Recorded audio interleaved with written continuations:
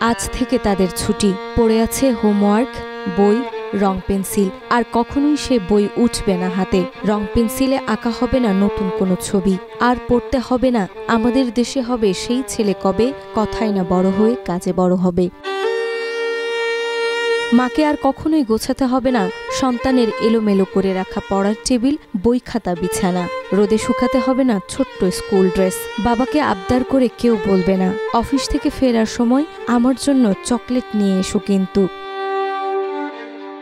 ভাই বোনের খুনসুটিতে উৎসব হবে না ঘরে, সবকিছুই রয়ে যাবে কেবল স্মৃতির পাতায় ভর করে। জীবনের এই প্রান্তে দাঁড়িয়ে যেন চিরসত্য সত্যেন্দ্রনাথ দত্তের ছিন্নমূল কবিতা। শেকড় থেকে শিখরে। সবচেয়ে যে ছোট কাপড়গুলি, সেইগুলি কেউ দেয় না মেলে ছাদে। যে শয্যাটি সবার চেয়ে ছোট, আজকে সেটি শূন্য পড়ে কাঁদে। সবচেয়ে যে শেষে এসেছিল, সেই গিয়েছে সবার আগে সরে। ছোট্ট যে জন ছিল রে সবচেয়ে, সেই দিয়েছে সকল শূন্য করে। নাজমা, মাই টিভি।